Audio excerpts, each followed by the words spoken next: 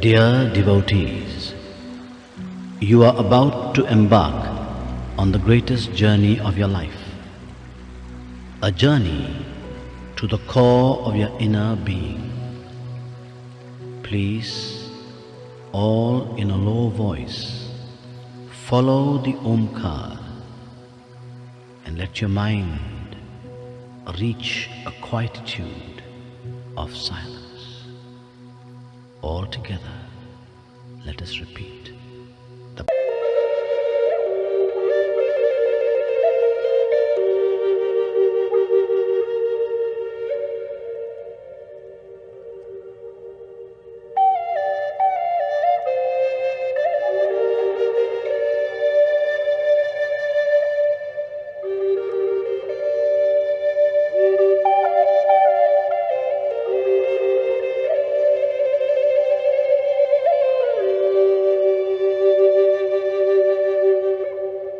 Dear devotees, you are about to embark on the greatest journey of your life, a journey to the core of your inner being. Please, all in a low voice, follow the Omkar and let your mind reach a quietude of silence. All together, let us repeat the Pranava.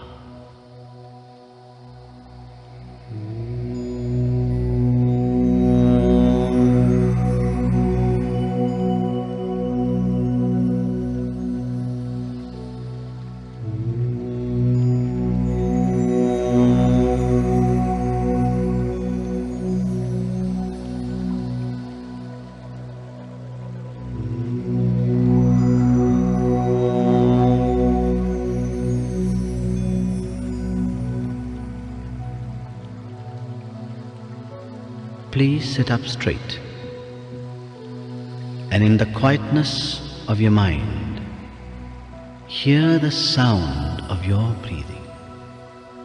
Breathe in and out, in, out. Now, open your eyes and see the light in front of you. This is the light of a candle. Gaze intently at the light. Now, feel the light shining in the center of your forehead. Now half close your eyes and feel the light in the center of your forehead.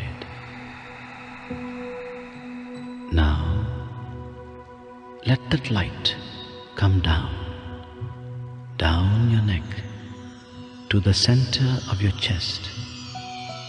Imagine a flower, a lotus, opening petal by petal to receive the light.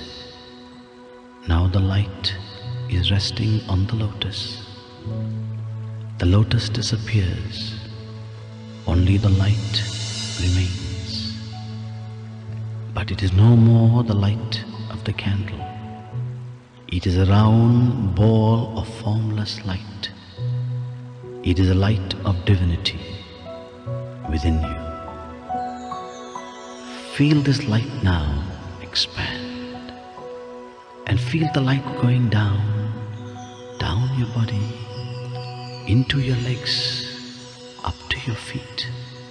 Feel warmth as the light surges through your limbs. And make this mental vow, O Lord, my legs, touched by the light of your divinity, will always take me only to places of goodness. Feel the light surging upwards, up into your chest, around your shoulders, and down into your arms and fingers. Feel the warmth as this light surges through you. Make this mental vow, O Lord. My arms, touched by the light of your divinity, will only yearn to do what is good.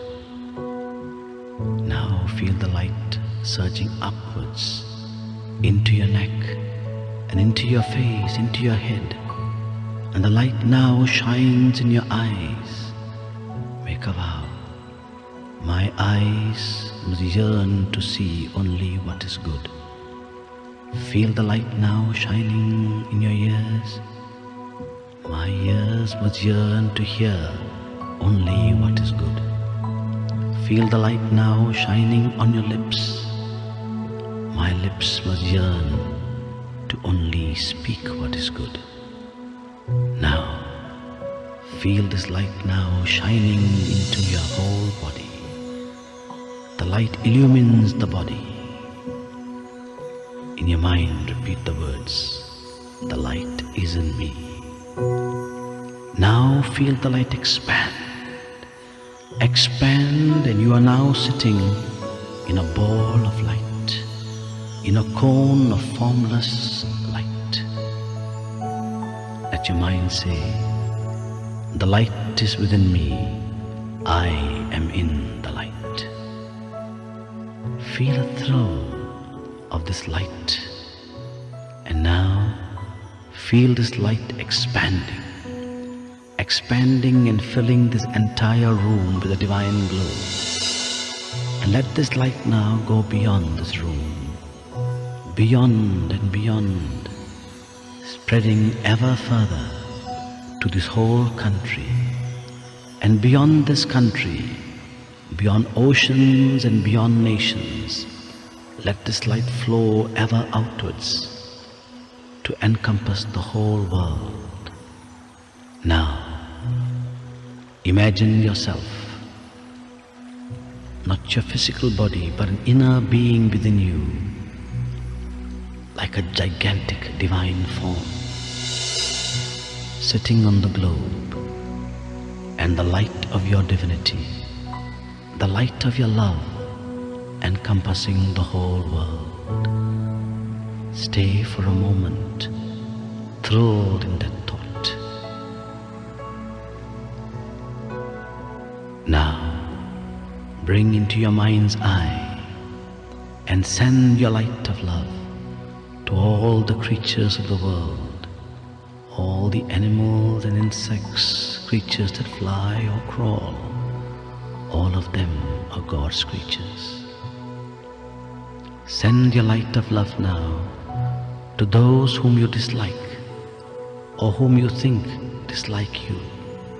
Send your love, send your light of love to them.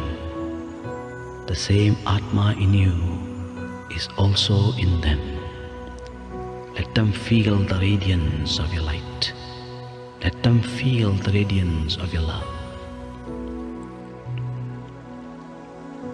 Now, into your mind's eye, bring those you love, your spouse, children, relations, friends, whoever. Bathe them with the divine glow of your love. Feel oneness with the whole world. Feel at peace with yourself. And now, look inside you. Can you imagine? Do you see a ball of light within you? In this ball of light, bring in the form of the Ishtadeva, the divine being that you love and worship. See this form smiling within you. See this divine form raise his hands in blessing. You have shared your love with the world. Now, receive the blessing and darshan of the divine within. Stay for a moment, thrilled in this thought that you and he are one.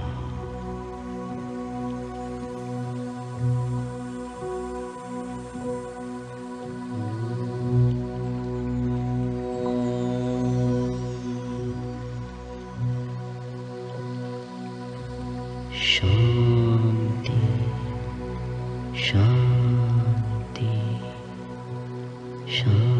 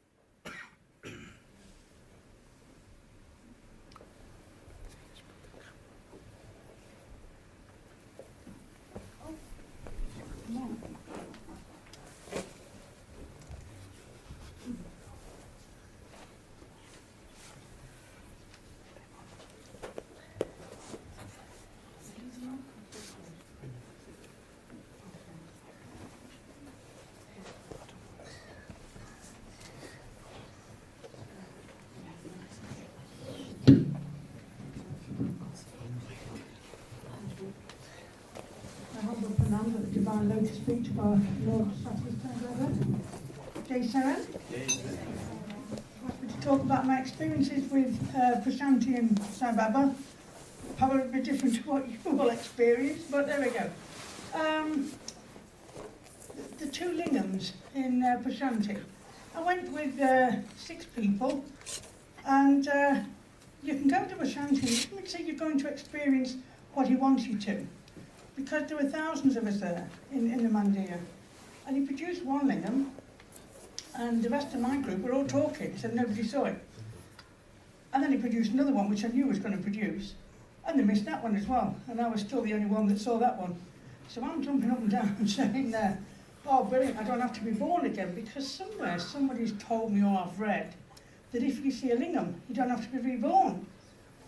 So, Lord, thank you, 2 lingams. And he said, oh no, you're coming back. Yeah, you'll show me as Premsai. So thank you, Lord. Nice one. I haven't died yet though. Coconut. I was up at the shops in Prashanti, and me and Vicky, and we wanted a coconut. Well, I know where the coconut stall is. That's what's so silly. But I said to this young lad, and it's not because he was a young lad, I said, where do we get a coconut? And he said, coconut, madam. I don't know what you're talking about. I said, I want a coconut. And he said, no, we don't sell coconuts. So I looked up and there's this coconut tray. I said, coconut. Oh, you want a coconut? A coconut. So he told me where to go. So we turned the corner, and there's Swami coming down the road in the car with the cavalcade, We were the only ones on the road. Had we continued to where we knew the coconut store was, we'd have missed him, because we would have had our backs to him. So we had an amazing blessing, he put his hands up for us. Chennai was different, not Chennai. Come on, where was the Yagna? Was Chennai? It was. Yeah, it was Chennai, yeah. We arrived and we just told the taxi driver, take us to wherever Swami is. Well, there were thousands waiting in this big mandir and he wasn't there. He was in his hotel or house or whatever. So anyway, the taxi driver took us to his house, and there was quite a few of us devotees outside, mainly Westerners. And he said, see our devotees, he said, my devotees, he said, they love me. These Westerners, they spend a lot of money, and you take a lot of time to go and see him. And he said, that's because you love me. So I thought that was lovely. So that all of you that made the effort, he does know. He still letters. Oh yeah, 1999. You used to draw a number in the lines, and I was in the second row with the rest of my group of 16. But the lady in front of me didn't have a shawl on. Well, she wasn't meant to wear a shawl, because the Savior came along and said, you go back to this woman. You English, you come forward. But this other Indian lady pushed past me and went in front, so I thought, well, fine. She's probably walked for miles, and I've only had to get in the plane, so I let her sit there. And I said, no, you go back, Indian lady, English, sit here. And of course, Swami came along and he took my letter, which was obviously, what we was meant to do. So another blessing, just amazing. My daughter and I were doing a mother and daughter trip, and we didn't know we were going to go to Kodaikanal. we went to Bhajans, but Swami just left. And so we stayed in the taxi, went all the way to Kodaikanal. It was about 10.5 hours. But it took us 27 hours to go from door to door, from our door to where Swami was in Kodai. And there was loads of people, as there always is, queuing up. So we think, oh, we'll never get in. But this Davidol came across to me and gave me number 1. So we were the first in line and first in after all that time. And everybody else had probably been there for all day. So, you know, the blessings are just amazing. So I know Swami said you don't have to come and see him. I know that. I know he's everywhere we are. But the experiences you're missing by not going. I know physically he's dead. That's it though.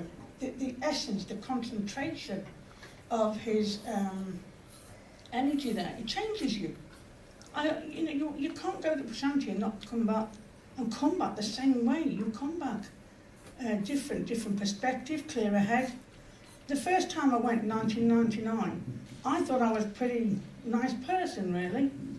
I was in my room one day and nobody else was there, because you always share, several people to a room.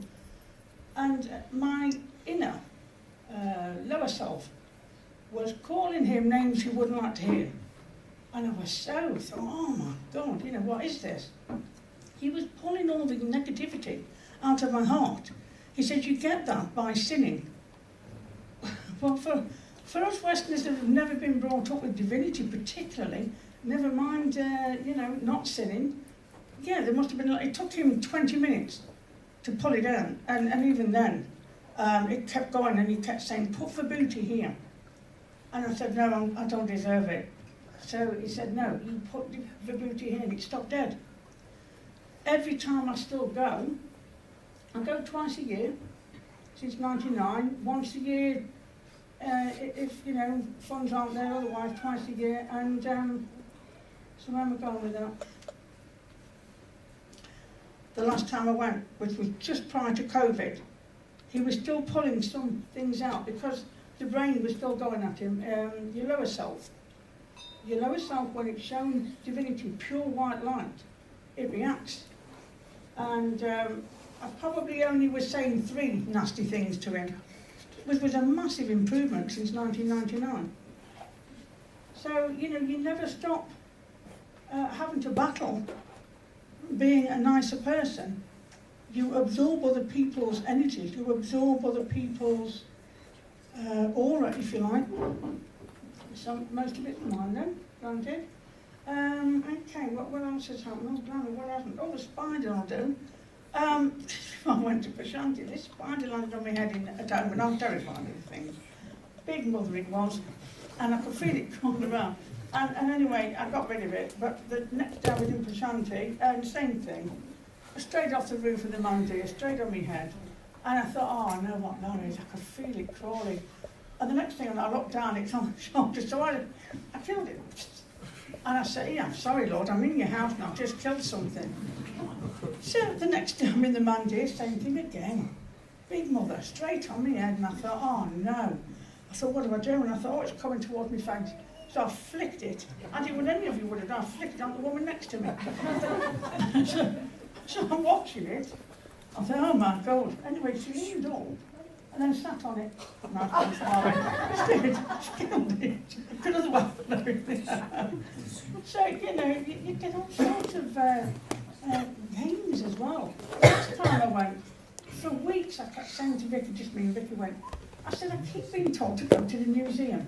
Why do I have to go to the museum? I've been before, I've been times, but anyway I went. So I'm queuing up, and this Saviour doll brings me out, puts me on a chair in front of everyone. Say a prayer. I said, I'm rubbish at prayers, which I am. I'm absolutely rubbish at them. I have to read them out of a book. I can't just make one up. You say a prayer or nobody's going in. Oh dear. So I started thinking, our Father art in heaven. Everybody's looking at me and everybody's standing like this. So I got up to, he said, another prayer. I said, honestly, I haven't got one. And he's killing himself laughing, this chap he is. I started saying, you can't have another one, I haven't got one. It was only later you realise it's Swami's play. Because the first year I went, he said to me, when you pray, imagine there's a tree within your brain and put a leaf on the tree. every time you pray. And so, you know, all those years later, this is 20 years later, he's not forgotten, telling me, you know, about prayer. So, okay, anything else? I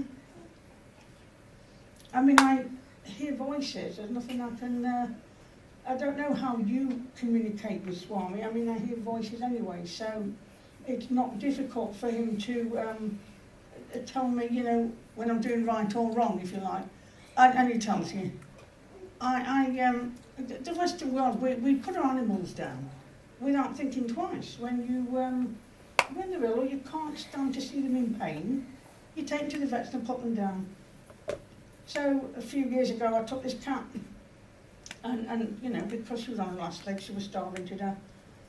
It didn't dawn on me that the cat had karma. It didn't dawn on me I shouldn't be putting it down. All I could hear in here was, you don't have the right. I produced a soul. You don't have the right to put that cat down. So, you know, I thought, hadn't thought about it. So when the dog was dying last year, Shanti, for 3 weeks she was dying and I just couldn't take her. And it got to the point where I said, Swami, I can't do this anymore. I said, I know you hear the footfall of an ant, so you hear my prayer. You take her now. And he did. Sorry. It was the fact he answered the prayer so fast. Okay, I really don't know what else to say, really. When we first went to Prashanti, I used to wonder, why could we never have gone earlier? Because I think I can't tell, I was in my 50s then. I'm a lot older than that now. And I thought, well, how come I could never go before when you've been here so long, Lord, you know? But the Western blocks weren't built and I could never have done the sheds. I don't know if any of you stayed in the sheds, but I couldn't have done the sheds. So he took us as soon as he could. Sorry, I'm being talking, but that's great. Thank you, Lord.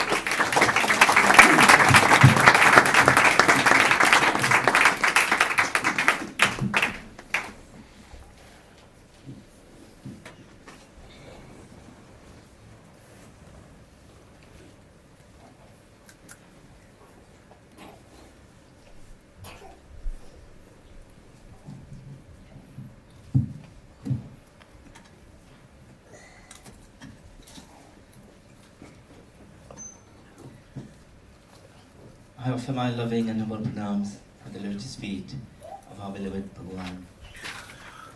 Brothers and sisters, little children, Jai Sairam to you all.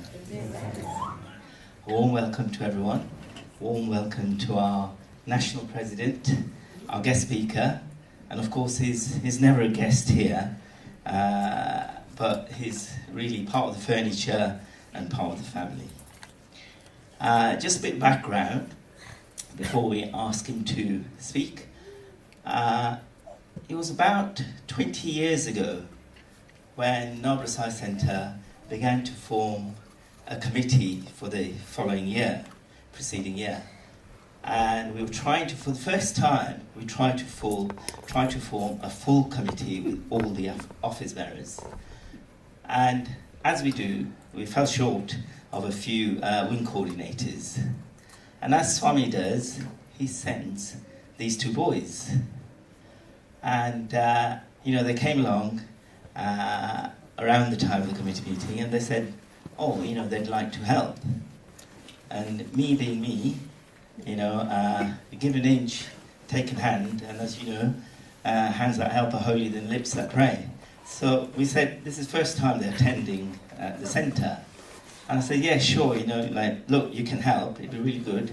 You be the youth coordinator, and and I was getting by, and the other brother was Manish Bhai. I said, you be the spiritual coordinator. And they looked at each other and they're like shocked. Just like me, actually, when I was pushed into being a centre president as well. But that's what happens in the organisation. And from there, I think Ketan Bhai was a big influence in the decisions that was made, to unite. There was 3 centres a while ago, many years ago. There was 3 centres in Leicester, and we made, lots of decisions. And Ketan Bhai was a big part of these decisions and influencing process of uniting not just the youth, but all the centres. And I think since then, it was hard work, but since then, we've been trying to do things together all the time. And following his role as a youth coordinator, he became the regional youth coordinator, the regional president, and also he was a national disaster relief coordinator. He didn't create any disasters, but he looked after them. It was really nice. But look, it's really lovely to have him. It's been a joy to work with him. And now, of course, it's fantastic that he's our national president. And it makes me so happy, to see him at the top of the organization. And of course, Swami had his plan 20 years ago, and he set his plan. And along the way, he's influenced many of the youth, he's influenced many of the adults, and he's influenced so many decisions as well. He has a wonderful family, 2 lovely children, Krishna, Lakshmi. They go to SSE, and a lovely wife, Priyaben, part of the SSE. You're an SSE guru as well. So the whole family is involved in Swami's work, in Swami's mission. Fantastic. His role as a job, he's projects director in a pharmaceutical company, and he works in the Patients Solutions division. So it's fantastic. He came to Swami at the age of 16, which is really good. And since he's taken on this fantastic role of the national president, obviously in such roles, even the centre president's roles, we have so many challenges and so many things to deal with, so many people, so many meetings that we need to attend, so many issues to resolve. And so you can imagine, at a national level, at the president's level, the issues and the challenges that we have.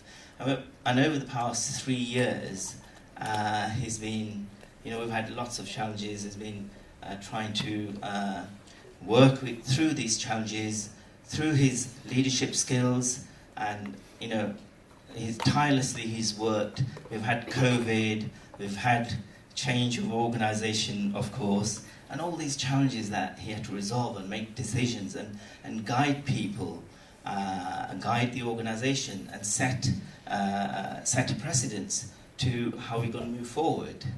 So this is really amazing, fantastic inspiration, and it's great to have him inspiring so many people, and I think that he's been doing amazing work in Swami's mission.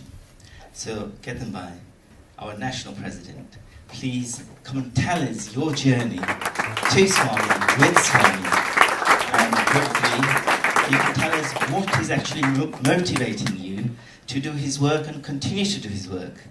So please take the stand.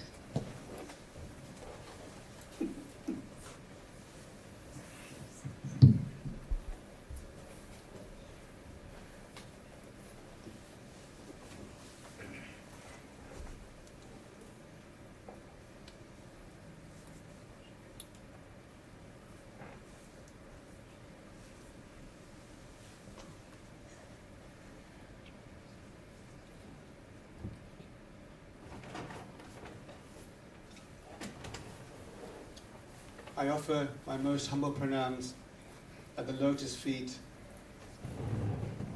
of my dearest, most sweetest Lord, our true protector and guide, Bhagwan Sri Satya Sai Baba.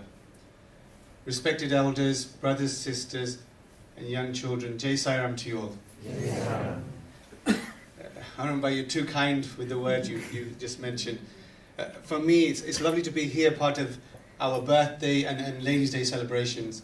And as you said, really, 20 years ago, my journey started with Swami's organization in this very hall. But my journey with Swami started much earlier than that. It was just the organization that started 20 years before. If I could rewind it back a few years before that. So, as Swami says, I think all of us come into Swami's fold, not just by coincidence, not just it's our first birth and we happen to be with Swami. Many, many lives we've been through. And I'm fortunate to be born in a family, we didn't know of Swami when I was born, but a family that's structured around love. that's structured on values, and a religious family as well. So God wasn't something that wasn't familiar to us. We were born loving God, whether it's Shirdi Baba, whether it's Durga Ma, any God, Jesus.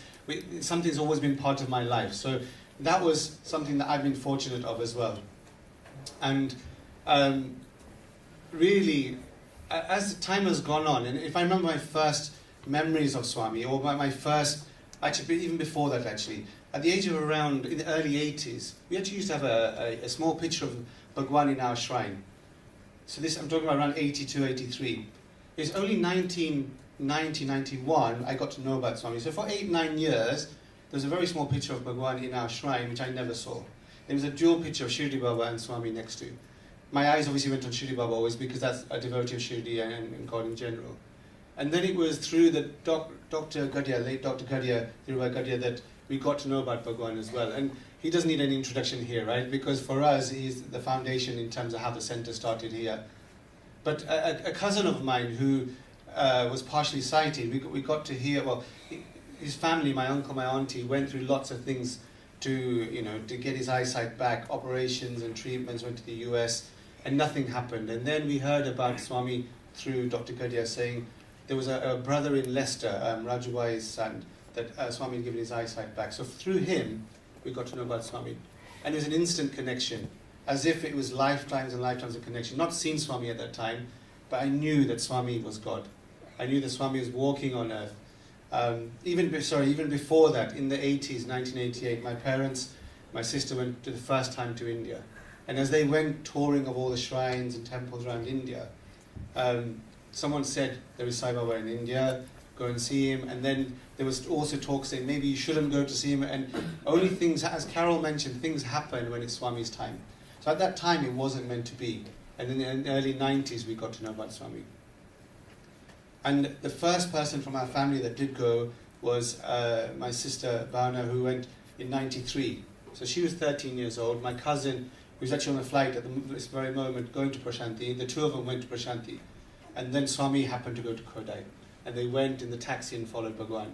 And I'm sure one day she'll come up here and share her experiences, but some wonderful experiences of the first trip. And that got, the fire burning in the stomach, saying, we have to go and see Swami. And the following year we went as a family. So 5 of us went. And it was 2 weeks. So the trip was 4 weeks to India. The first 2 weeks was to see Bhagwan in Whitefield. And for those of you who've been to Whitefield, it's very different to Prashanti. You still get the tokens like you do in Prashanti. However, everyone sits in blocks like we have blocks here. So a block here, a block there. So you can get token 1 and sit on the edge. You get maybe token 10 or 12. You might sit on the edge of another block. So you can still sit on the front of a block. And Swami used to come in the mornings. And it's one of those things where the flute or the music starts and you know the Swami's coming and your head turns towards where Swami's coming from. In the morning he would come out and give us darshan and then go to the stage and we have bhajans. In the afternoon he normally comes through the back doors of the stage and Swami gives darshan from the stage, which is bhajans only. So the year before is when you could take your camera to Bhagwan. And then in 94 when we went, Swami stopped that and there were photographers that would come in from outside to take pictures and share that kind of stuff. And so our trip was 2 weeks in heaven, literally 2 weeks. And I left that trip thinking every trip must be like this. And there was no interview involved. However, every day Bhagwan would come to us. And we'd be sitting like this on the front row. And we would have letters, and we would give letters, and Swami would take a letter. And the next day he would take a letter. And then we used to take the plates with the sweets in. So if you've seen Pure Love video, you would see that Swami just throws, the sweets, and you're trying to take it as prasadam. Every day sweets, every day letters. 7th, 8th day, I didn't know what else to write on letters, right? Because there's only so much you can write. And I remember myself now giving blank pieces of paper to Bhagwan. So I fold a piece of paper, and I say, Swami, all I want is just connection with you. It doesn't matter. I have nothing else to give you or to say.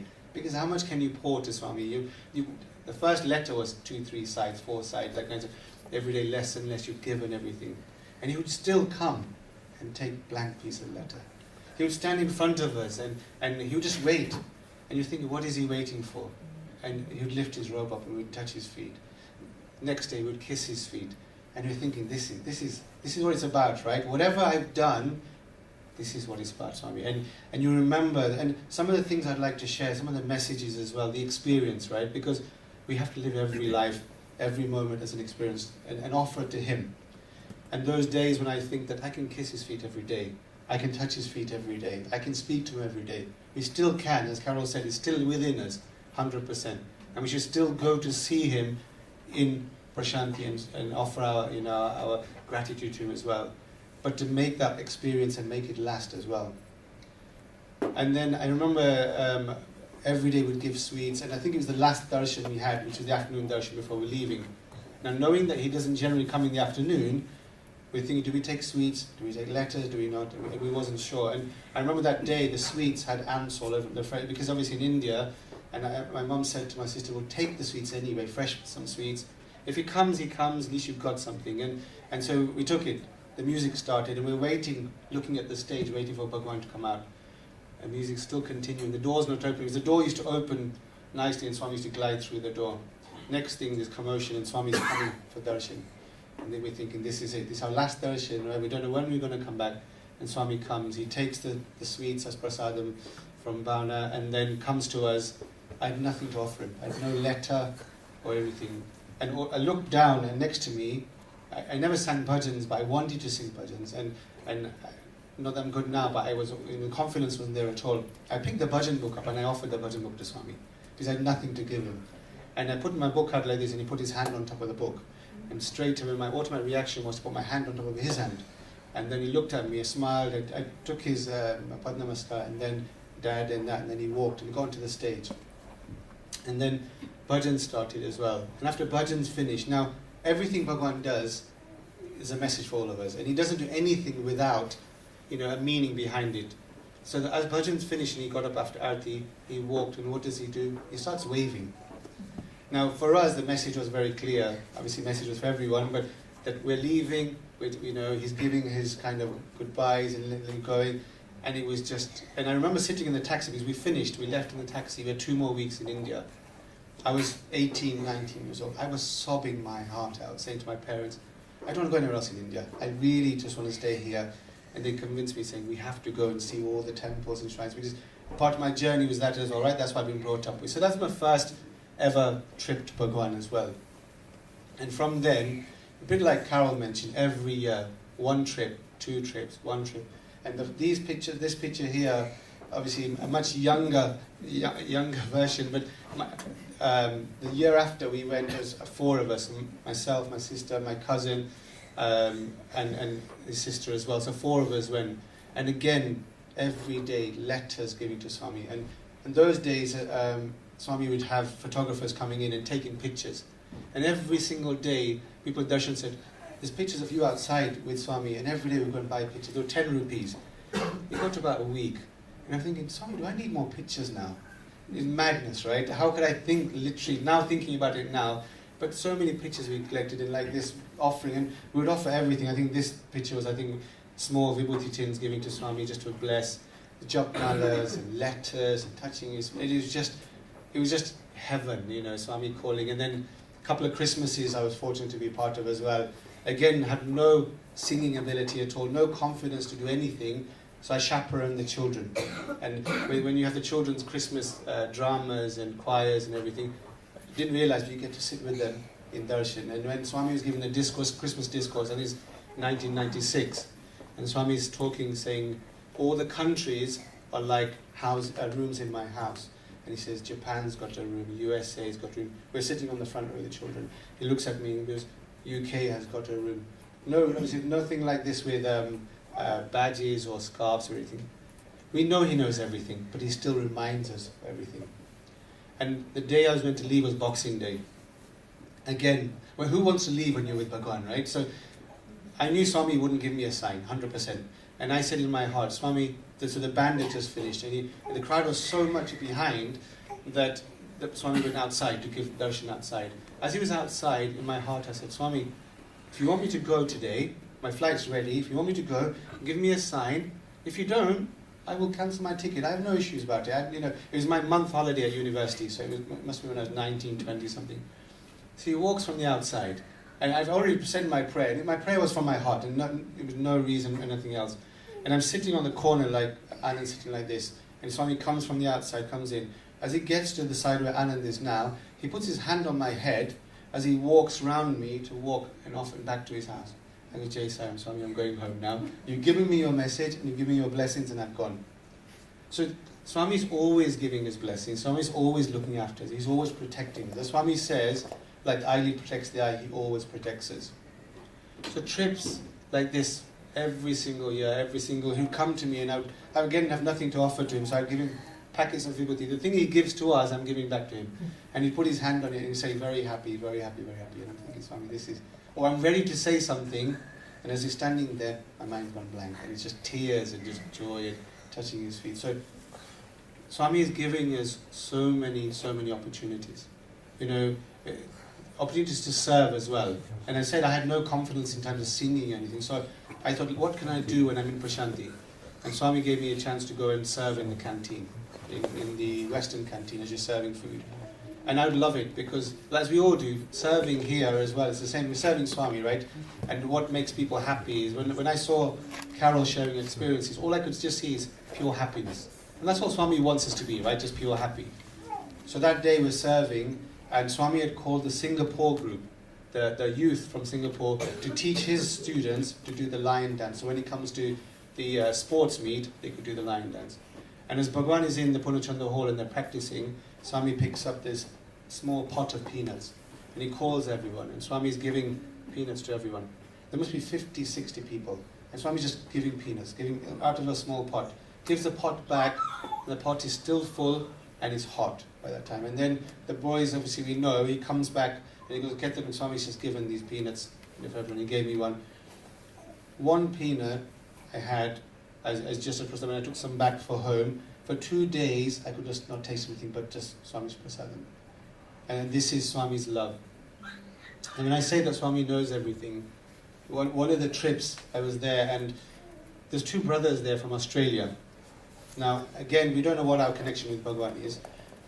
As soon as Swami walks past us, and he goes, and we might be in the 10th row, we might be in the 1st, it doesn't matter what row, they stand up and say, Swami, we're going. Swami doesn't listen. Swami, we're going. And Swami turns around and goes, where are you going? And Swami, going to interview. It's fine, go. And he'll send the boys in for the interview. Now, one of the brothers wanted a ring. Like we all, maybe all of us may have, I definitely did at the time when I was younger. Swami, give me something, because I want something that you've given me. Now, he didn't want any kind of ring, he wanted a diamond ring. So that morning interview, Swami gives him a Shirdi Baba ring, a silver ring with carved. And he was happy because Bhagwan gave it to him, but wasn't happy because it wasn't the ring that he wanted. After darshan, he comes, and we went to the Chitravati river, and you know where the wish-fulfilling tree is? There's a rock above the tree. So we sat above the rock, and we just spent the time, and he's telling me, Swami did this, Swami remarried my parents, Swami did this, he told me these things. I had thoughts in my mind that I didn't want to share. He was sharing, Swami explaining everything. And then he told me about the ring. And I said, look, Swami's giving you prasadam here. He said, it wasn't the ring I wanted. And I guess, well, what are you worried about? Swami knows everything, don't worry. Afternoon comes. Swami calls him in. And they all go back in for the interview. So you've been telling your friend you don't like the ring I've given you. Now, the thing with Swami's experience is, and I don't know about everyone else, anyone shares Swami's experience, it transports you straight to there. When I was reading Loving God by Kasturiji, and he's talking about how he wasn't sure if Swami's hair was real or not, and he's pulling, you must have read that. Now, I wasn't there, I didn't know Swami then, but even saying this now, I'm standing in the room when Swami is, because that's how Swami is, right? We live through Swami's experience. So he's saying to the boy, he goes, you've been telling your friend that you didn't like the ring, pass me the ring back. And Swami blows on it 3 times, and it becomes the ring that he wants. But this is Swami's message to me, saying, I'm with you, right?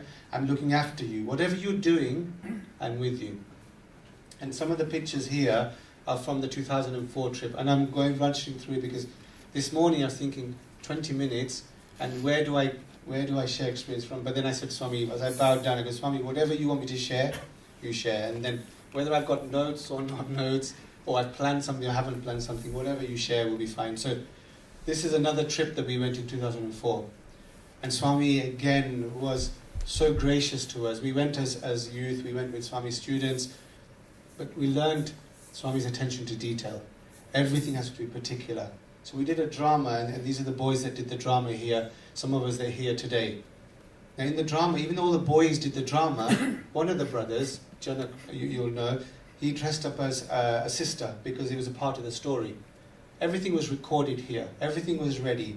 The script, the props, everything got ready. When we got to Prashanti, Bhagwan had asked some of the the elders, so what's it about? When they said, Swami says, no, it doesn't look good if one of the brothers dresses up in a sari and that kind of stuff. So the script got changed overnight.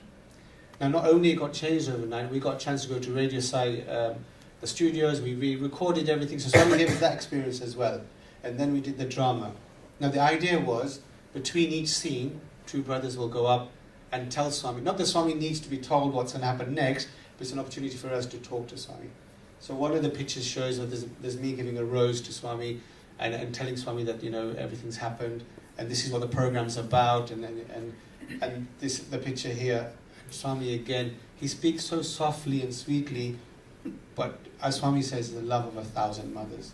And there's another picture you'd seen where Swami's put his hand on my head as well, and this was at the end of the drama where I went to just to thank Swami. Now I left Swami and came back down, and I never realized that Swami had put his hand on my head at the time. And it was only when Chirag mentioned, did you know Swami put your hand? And when I looked back at the video, 3 times Swami had put his hand on my head. And all I said to Swami is, Swami, thank you for giving us this opportunity. And Swami took the sisters for the interview as well at the time. And this is the picture at the end of the drama that Bhagwan did. Now in the interview room, we all thought we would all go in the interview, because for the whole trip, Swami had talked to the brothers only. He talked to us, he took letters from us. So we had boxes in the Psychonant Hall ready with things to offer to Swami. We had cameras ready, we had Vibhuti packets. Everyone had something to offer to Swami. Swami came that day and took the sisters in. And all of us were sat outside. And we just waited. And we obviously lived the experiences through the sisters. But the one, I'm just conscious I've done my time already, but one of the things that Swami said on the day was, so we're looking to get married the following year. And my wish was that, there's a couple of reasons I had, was one, I have to get the blessings of my parents. So even the day before I met Priya for the first time ever, I spoke to my parents. I was living in Leicester and they were in Nottingham. And I said to them that I want to meet, and they said, that's fine, we know the family, we're going. So that was one tick for me. But I told Priya and her parents, I will only get married if Swami gives me the go-ahead. And at the end of it, if he doesn't, or he says no, then Jai Sai Ram, you go your way, I go my way. And I have no, and it was, it was difficult for some people to take on board. And a couple of things that happened quite quickly on the lead to that trip. We started to read the Purvanam. And the first evening, Swami came to my dream. And he told me, I asked him, he said, my blessings are with you. And I wasn't ready for that. And I go, Swami, but I'm just checking. And he said, yes. So that's one blessing that was done. And the second time was in the interview room. So Priya mentioned, sisters talked about lots of questions, and then she asked Swami, I want to get married, and this is the boy, and that kind of stuff. And Swami said, are you happy? And she said, yes, Swami. I said, are your parents happy? He goes, yes, Swami. Because if you are happy, and your parents are happy, then I'm happy as well. Now this is how Bhagwan teaches us, right? It's not about what I think. We have got a duty as children, whatever age we are, we have a duty. But this is our Swami showing us, he ticks everyone's heart, right? As in, he makes everyone happy, right? Because when he refers to all of us, he touches our hearts when he gives us the experiences. And then just the last bit, if I've just got one or two, is the Gram Seva trips as well. So I was fortunate to be part of, my first Gram Seva trip was 2006. And as we went on Gram Seva, it was a learning again, the attention to detail as Bhagwan does. Bhagwan chose everything, literally every prasadam that was offered to every single devotee, Swami chose. And this is what Swami is teaching us. Whether we are here and setting up a beautiful altar like this, or whether we're going to be playing the harmonium or singing or giving a talk or anything, it has to be perfection, or at least go for perfection, because that's what Swami expects from each and every one of us. So we did the Gram Seva trip, and he looked after us literally. In the morning, he would give us darshan before we would start. So we would go around Swami's mandir. And the first time we went around, he was standing there, and I was thinking, have I missed this opportunity? Because it's only a one-off. Every single day he would wait for us. And then as soon as he gives us his blessings at top of the portico, we would run while he's standing there to the bottom. And we get to the cars. He set us jeeps for us. So we're not even the trucks. He set us cars because the London boys might struggle in the jeeps. That's what Swami's saying to us. So he looks after us. We sat in the car. Before we even leave, he's given us prasad, breakfast ready. So he'll have biscuits, right? Or chas, as in, lassi, or tea or coffee. He feeds us before we even start serving. And then we get to the villages and everyone treats us as if Swami has come. There's rangolis on the floor, there's banana leaves on the top, and bhajans are singing. And then when we come back, he would ask, so did you meet the Amma? Did you give her the prasadam? Do you know she's this old or that old? Did you see the streets are really bad? Be careful.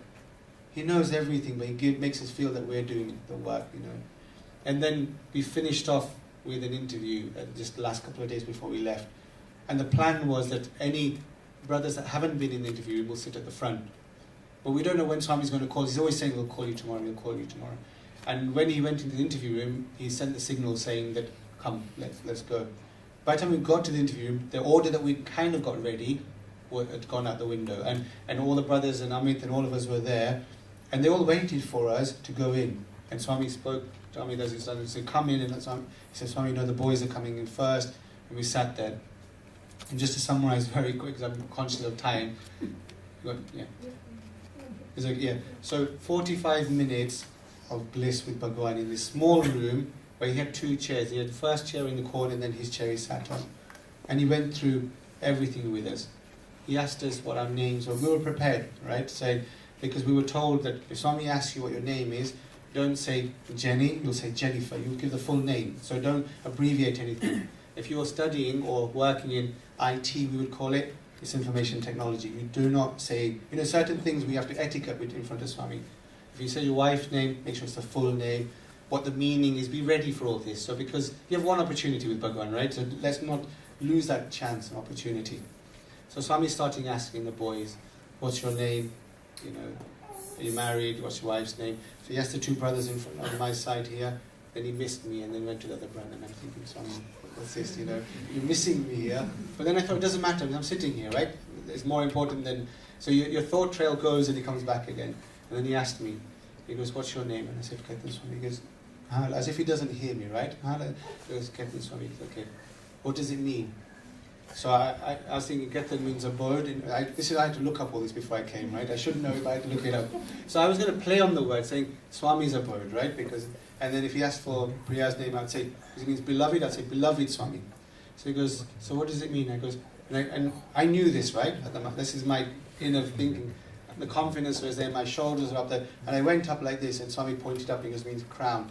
And I went back down. and I realized, who am I trying to fool, right? In terms of I know anything. And then anyway, he carried on talking to everyone. And then he asked, what do you do? And he came to me, and I said, medical sales, Swami. And he said, medical science? I said, no, Swami, medical sales. He goes, science? I said, no, Swami, sales. Science? No, Swami, sales. And he said, you don't understand, do you? I go, Swami, I don't understand. and then he goes, and then suddenly I remembered I did chemistry degree. So out of the blue, I said, Swami, I did a science degree, I did chemistry degree. So what is chemistry? And is he asking you from a science point of view or spiritual? And I just looked at him. And then he goes, science to do with water and the change of state. And then Swami starts talking about that. And he starts talking about everyone, about being a doctor and about medicine and everything as well. And then at one point, so we had letters, we had hankies, we had everything ready. And we had some songs prepared and read them. All that stuff was ready, to be ready for it. Suddenly Swami sneezes. So 19 boys from the UK say, bless you. Swami turns around and looks at, what is this, And then obviously we had hankies. He took the hanky, he wiped his mouth, he threw it, hit my face and fell on my lap. And then at 1 second I looked up, above him was a clock, I looked up and I thought, am I really here with God? Because for that split second I was thinking, am I really here? And I thought, Ketan, don't be crazy, you're here with God. Don't start thinking about, because your mind will start wondering. And then the opportunity of singing came up. Now, he said, you don't need to sing, it's fine, you don't need to sing. And then, the message was, but Swami, the boys were so happy if they sang. So we had 3 songs. Is it English, Telugu and Hindi songs. So all of us start singing. No instruments because it was such a small room. We sang 1 or 2 lines, and then we sang the next one, But before, in 2004, when we went on this trip, one of the uncles, Navin uncle, got called into the interview room. And as I was sitting with Nishit, one of the brothers at the time, he said, in the old days, the students used to do Bad Seva, so he used to press Swami's feet and just sit, and that's all they did, nothing else. And and suddenly my thought, in the interview room, thought about, well, what if I can do that now? So my shins were touching Swami's feet. Because there's 19 of us sitting there, and I'm one of the 4 boys that had not been in the interview room, I was that close, so my shins are like this to the post here, where Swami's feet are. So I couldn't get any closer anyway. But I remember that I don't want to upset Swami, but how do I ask him during a song if I can touch his feet or not? So I'm thinking, I went like this, I look at him and he's smiling. But does a smile mean do it or don't do it? So I take my hands back. Second time I do it, look at him, he's laughing. I still don't, he's playing with me because he knows what's in my mind. And then I turn around and Suranti is just doing this. If she's doing it, I'm doing it. So my hands are around Swami's ankles. And Swami says, right, the people that have Swami's feet are like, a young girl's soft feet. For the next, I don't know, it must have been 2 minutes, 3 minutes, massaging Swami's feet, his ankles, my hands around him, and he's smiling. And I'm thinking, you're smiling, you're happy, I'm not doing anything wrong, I'll continue, and we're going to continue, And then the interview is just about to finish. And I mean to myself, being regional youth coordinator from here, we took a photo album to show Swami. And Swami sat through each page by page, looking at the pictures. And I think we had pictures of the very old school doing garden stuff, some service projects and that. Swami looked through all the pictures. And then he said, lots of service, but no love. And that was a thunderbolt to my heart. And only he knows what it meant, and I know what it meant as well, right? But it's very clear.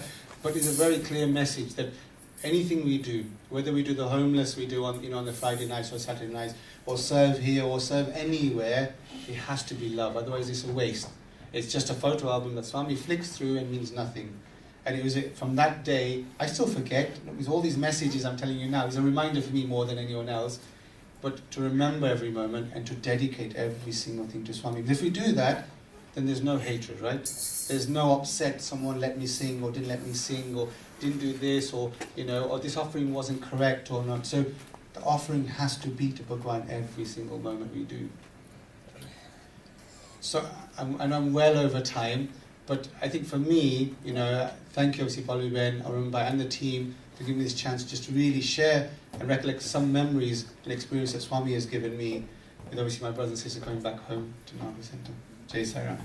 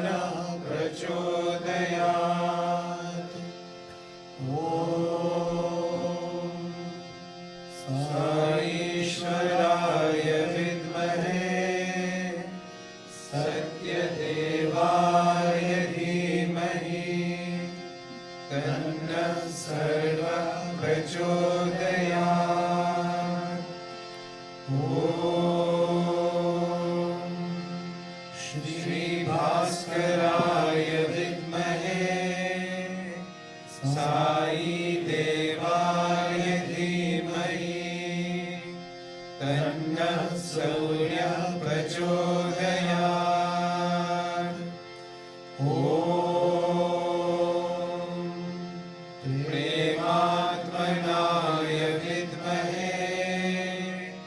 हिरण्यगर्भाय धीमहि तन्नः सत्यः प्रचोदयात्। ॐ शान्ति शान्ति शान्तिः। अल्लाहु अकबर अल्लाहु अकबर अल्लाहु अकबर अल्लाहु अकबर। अशहदु अन ला इलाहा इल्लल्लाह अशहदु अन ला इलाहा इल्लल्लाह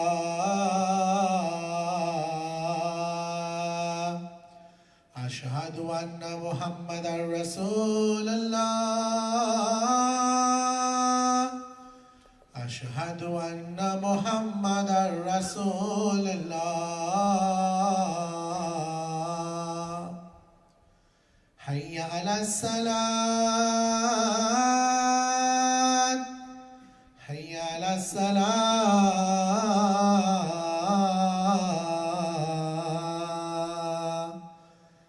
हय्या अलल फलाह हय्या अलल फलाह।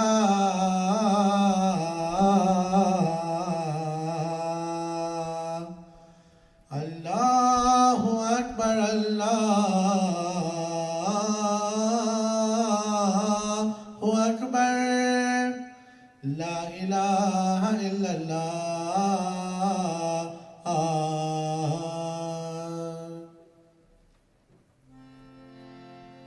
Our Father, who art in heaven, hallowed be thy name. Thy kingdom come, thy will be done, on earth as it is in heaven. Give us this day our daily bread, and forgive us our trespasses, as we forgive those who trespass against us. And lead us not into temptation, but deliver us from evil. For thine is the kingdom, the power, and the glory, forever and ever. Amen. आज्ञा भैया काल की कभी चलायो पंथ, सब सीखन को गम है गुरु मानियो ग्रंथ। गुरु ग्रंथ जी मानियो प्रगट गुणा की दे, जो प्रभु को मिल बोझे खोज शब्द में ले। राज करेगा खालसा आखी रहे न कोई, पार हुए सब मिलेंगे बचे शरण जो होए। वाहिगुरु नाम जहाज है चले सूत्रे पार, जो श्रद्धा कर सेव दे गुरु बाण उतारनहार। जो श्रद्धा कर सेव दे गुरु बाण उतारनहार। बुद्धं शरणं गच्छामि, धर्मं शरणं गच्छामि, संघं शरणं गच्छामि। ॐ नमो हरियन्ताणम्, ॐ नमो सिद्धाणम्, ॐ नमो आयर्याणम्, ॐ नमो उपजायाणम्, नमो लोये समसाऊणम्, एसो पञ्च नमोकारो सर्व पावपनाशनो मंगलानं च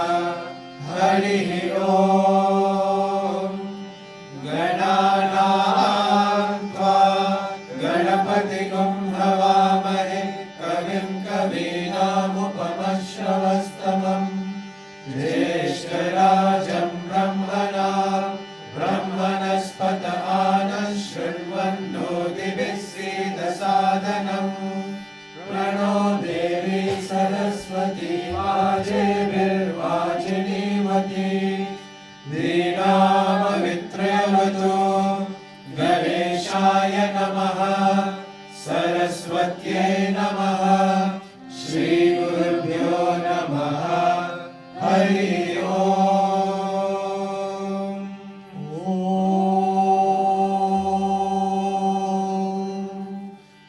Shanti, Shanti, Shanti.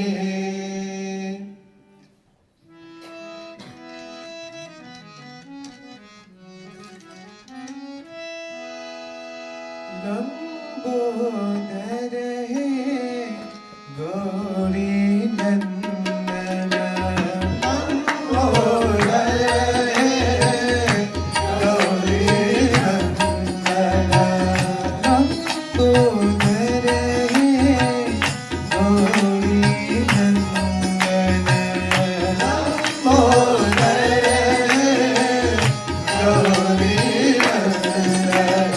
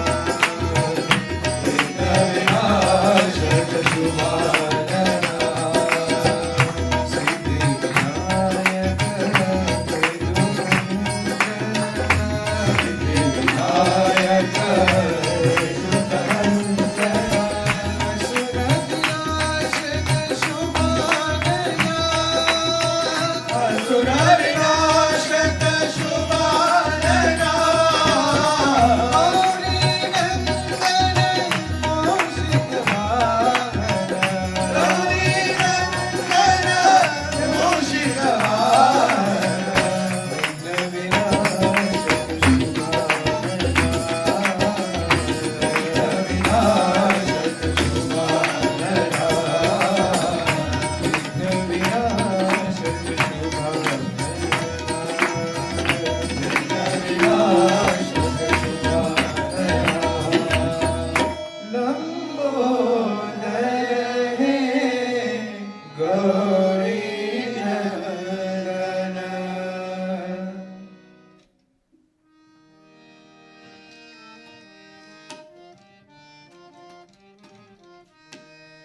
झूलना में झूले मेरे साईं नंदलाल झूलना में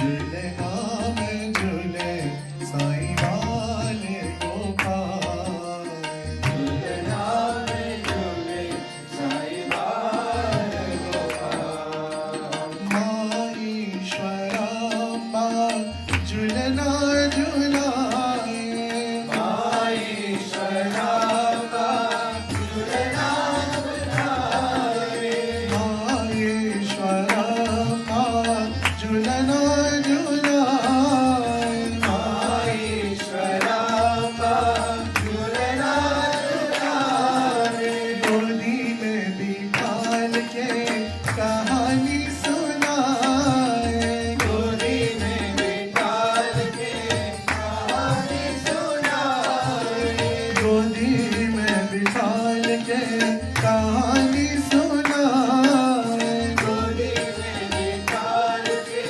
कहानी सुनाए हरि कथा छोटे साईं राम को सुनाए हरि कथा छोटे साईं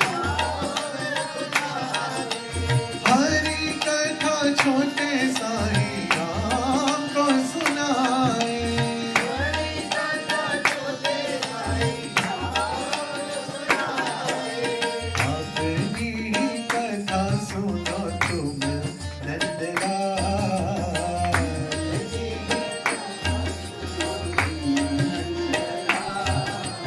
अपनी कथा सुनो तुम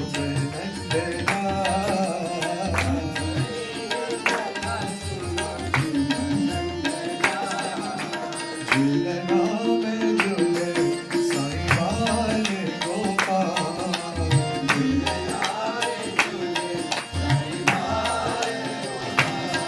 झूलना में झूले साईं वाले गोपाल झूलना में झूले साईं वाले गोपाल झूलना में झूले साईं वाले गोपाल झूलना झूले झूलना झूले झूलना झूले साईं झूलना झूले झूलना झूले साईं झूलना झूले झूलना झूले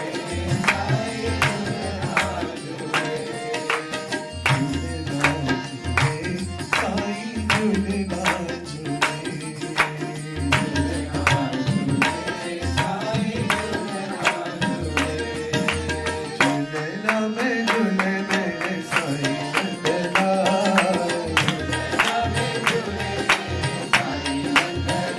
झूलना में झूले साईं वाले गोपाल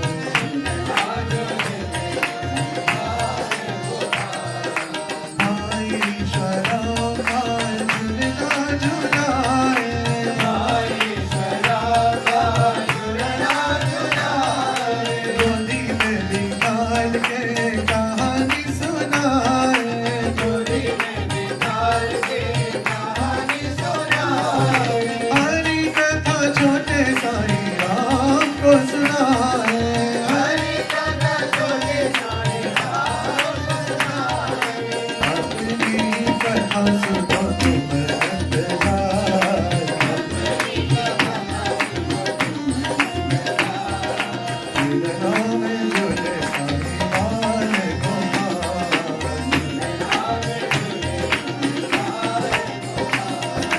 झूलना झूले झूलना झूले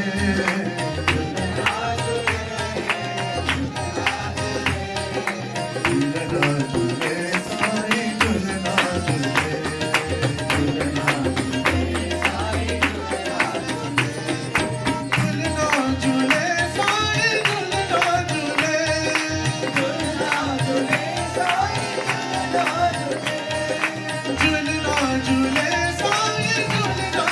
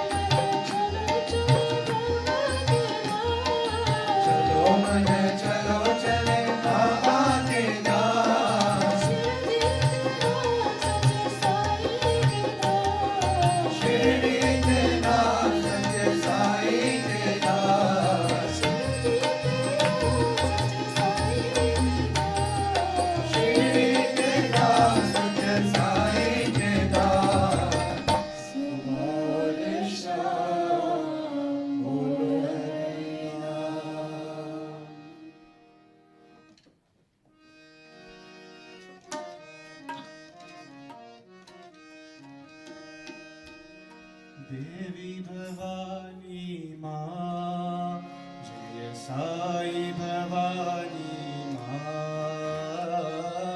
देवी भवानी माँ, जय साई भवानी माँ।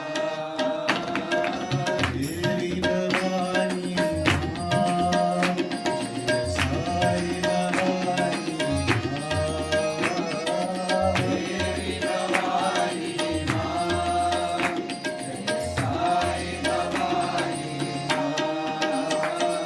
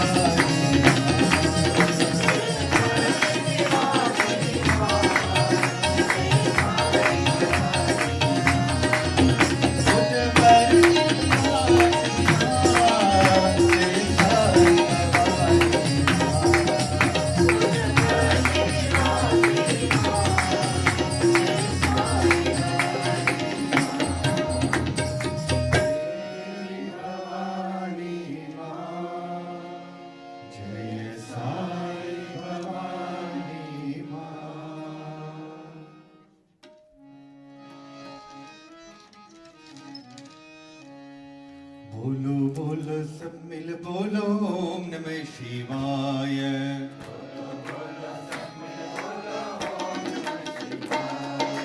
बोलो बोलो सब मिल बोलो ओम नमः शिवाय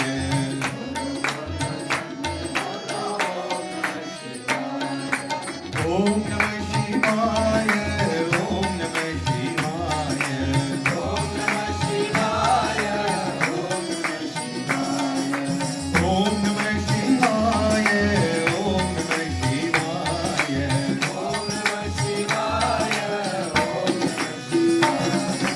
बोलो बोलो सब मिल बोलो ओम नमः शिवाय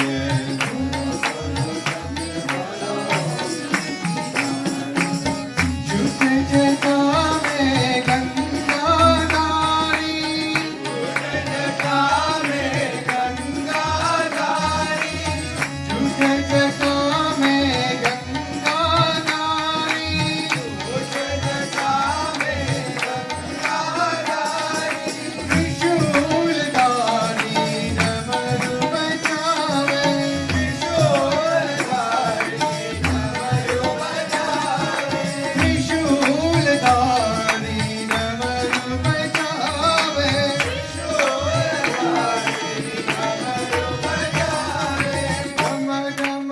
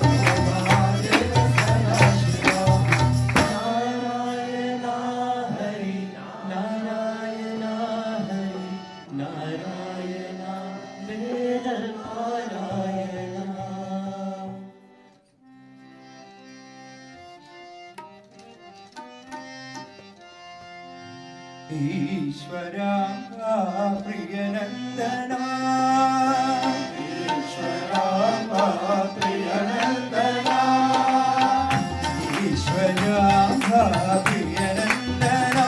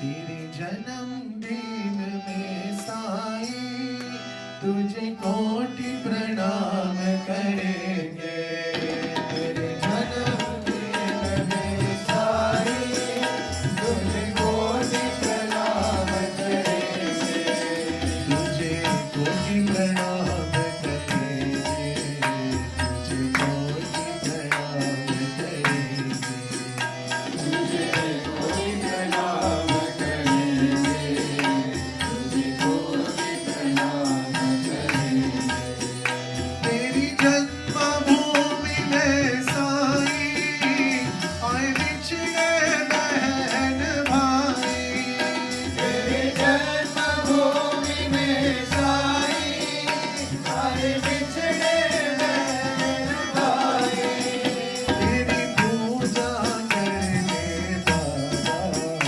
तेरी प्रशांति में आएंगे तेरी पूजा करने बाबा तेरी प्रशांति में आएंगे तेरे जन्मदिन में साई तुझे कोटि प्रणाम करेंगे तेरे जन्मदिन में साई तुझे कोटि प्रणाम करेंगे धन्य है ईश्वरामा मेरे साई को तुमने जन्मा धन्य हो ईश्वरामा मेरे साई को तुमने जन्मा 23 नवंबर को बाबा तेरे भजन का गान करेंगे 23 नवंबर को बाबा तेरे भजन का गान करेंगे तेरे जन्मदिन में साई तुझे कोटि प्रणाम करेंगे तेरे जन्मदिन में साई तुझे कोटि प्रणाम करेंगे तुझे कोटि प्रणाम करेंगे तुझे कोटि प्रणाम करेंगे तुझे कोटि प्रणाम करेंगे तुझे कोटि प्रणाम करेंगे Happy birthday to you, Sai Baba. Happy birthday to you, Sai Baba. Happy birthday to you, Sai Baba. Happy birthday to you, Sai Baba. Happy birthday to you, Sai Baba. Happy birthday to you, Sai Baba. Happy birthday to you, Sai Baba. Happy birthday to you, Sai Baba. Happy birthday to you, Sai Baba. Happy birthday to you, Sai Baba.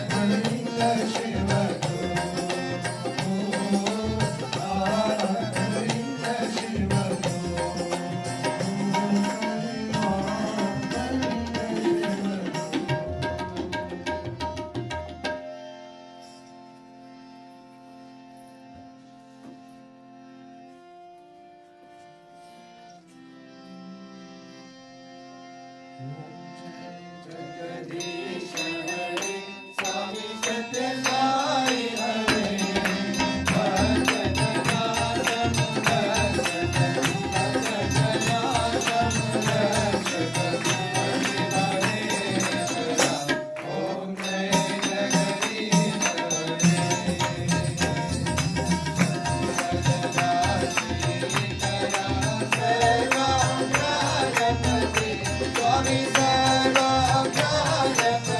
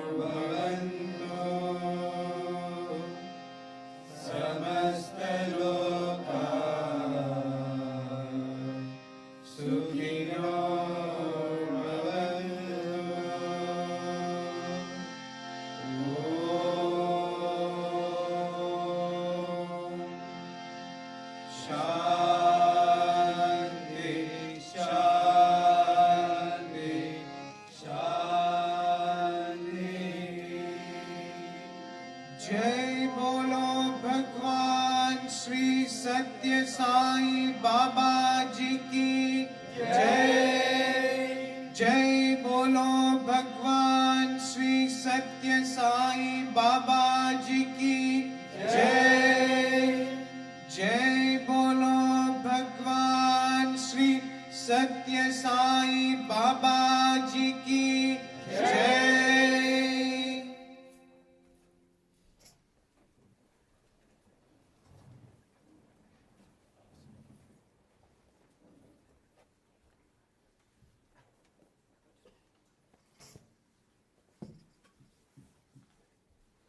Offer my most loving pranams at the lotus feet of our beloved Bhagwan, Shri Satya Sai Baba. And from all of us, I'd like to warmly wish Bhagwan a very happy birthday. Jai Sai Ram to all of you. First of all, I'd like to say a word of thanks to Carol for sharing her experiences with us. And surely Bhagwan works in his own miraculous ways we've learned from today's talks. And a huge thank you to Brother Ketan for coming today and sharing his journey with Bhagwan, and lots of things to learn and lots of opportunities that Bhagwan has given all of us. Just the fact that we are even sitting here today, that even today, presently, that he's called us at his lotus feet to sing his glory out to all the people in Leicester, I think that's nothing but his mercy, grace and compassion. So thank you very much, Brother Ketan. So today we are here celebrating Bhagwan's birthday, although I will announce further that on 23rd November we will be holding a Paduka Pujan. But today we thought it was a Thursday and let's just sing Bhagwan's glory. So before any further announcements, Bhagwan always has said that I plan and don't try and even think about my plans. I think today's Bhagwan's plan was for us to sing our hearts out to him. So the program has extended, we understand that. On behalf of the committee, I apologize for that. But we've done nothing but sung his glory. I think that's only his grace again, that he wanted us to sing more of his glory. To me, that's more grace. More grace than it would have been at 9:15. So we're just blessed anyway. Okay? So today's announcements are as follows. It was so lovely to see everyone after such a long time at the regional Bhajans over the weekend. On behalf of Leicester Science Centres, we would like to extend our thank you to all who helped in some way or another making the event so successful. I don't think I've ever made about 80 rupees in my life, but that was one day that Bhagwan was working his energy, and I was like, I usually get tired after 5 or 10. We just carried on, and I learned a lot from Dhiru Uncle how to cook for more people, and it was just lovely to work with experienced people, and learning never stops. So thank you very much, and I think it was a fantastic day where people served in their own way, whether it was by singing bhajans or helping out in any shape and form. So from the Leicester Science Centres, thank you to one and all. Just a few days to go for our Ladies' Day program on Saturday 19th November here at East West from 11 to 3. We have planned a fun-packed afternoon with great company, lots of activities and lovely food. We encourage all the ladies to come along and also share the word with anyone whom you think may be interested. There is still time to put your name down, so if you'd like to attend, please can you give your names to Purvi Men. For Swami's 97th birthday, we'll be doing a food bank collection and going to help pack boxes at Leicestershire Food Bank. We are aiming to deliver needed food items on Tuesday, 22nd November. If you'd like to help out and get enrolled in the seva, then please speak to any of your coordinators. Don't forget that Bhagwan has said you can celebrate my birthday as much as you want with all this pomp and show, but that's not what I want from you. I want you to do more and more seva. So on that note, we need to give our names to do this seva. We will be holding a Paduka Puja for Swami's 97th birthday here at East West from 6 a.m. But whoever's sitting in the Paduka Puja, please arrive here for about 5:40 or 5:45 max, because then you need to set up your items, and then we will conduct Bhagwan's Paduka Puja and begin his birthday with that. And we will end the evening by singing beautiful bhajans, which will be at Sor Valley College from 7:30 p.m. For the Paduka Puja, the list of items you need is on our website, and there are some slips outside if you want to take that as well. I always say Paduka Puja is one of the events where we can actually offer all the 9 forms of devotion in one event. If we want to, there are hardly any events like that. So please do attend. There will be bhajan practice tomorrow here at East West from 7 to 7:30, yes, only for half an hour. And please note that we will also be practicing the songs for the Christmas Nativity. So please do come along if you'd like to get involved in the singing for a special and exciting Christmas Nativity program that is going to take place on Thursday, 15th December, here at 7:30 p.m. So please note that day in the diaries. Further information will follow. On behalf of the UKCC, it gives me great pleasure to invite you and your family to attend the National Christmas celebrations on Saturday, 10th December from 11 to 4, to be held in Surbiton, London. The theme for this year is "The Kingdom of God is Within You." As always, I'm sure it'll be a fun-packed event with a special guest appearance by Santa himself. There is registration for this event. For further details on this, please see any of our coordinators. And next Thursday, what do we have? Anyone knows? Next Thursday is the day for a study circle. So there will be an early start, and the topic for this year is our personal battlefield. So come prepared with that. What is this battlefield, and who is fighting against who? Really, you need to prepare yourself for that. But this is all about inner spirituality. Okay, something similar to that courtroom study circle I delivered online, where the mind is fighting with the heart and we have constant cases within us. So that's next Thursday at 7:30 p.m. We will now have the Vibhuti Mantra, and then whoever can help in packing up, please do so. And also, yes, I forgot, thank you for reminding me. On behalf of Leicester Science Centres, I'd like to welcome Sankarshana all the way from India. You've heard him sing in the Akhand Bhajans, and oh my God, usually, like when I sing Qawwalis, I've heard them so many times, from the films and Bollywood or whatever, and then I managed to sing. He told me today that he just sang and followed me, and after the Akhand Bhajan event, he heard them for the first time. Now imagine what sort of talent Bhagwan has blessed him with. So you welcome Sankarshana, and make sure you make Bhagwan give you more and more opportunities to serve him in every shape and form. And we always here to work with you and sing along together. Okay? So we'll now have the Vibhuti Mantra, and then we will go home by taking our divine vibrations with us. Jai Sai Ram.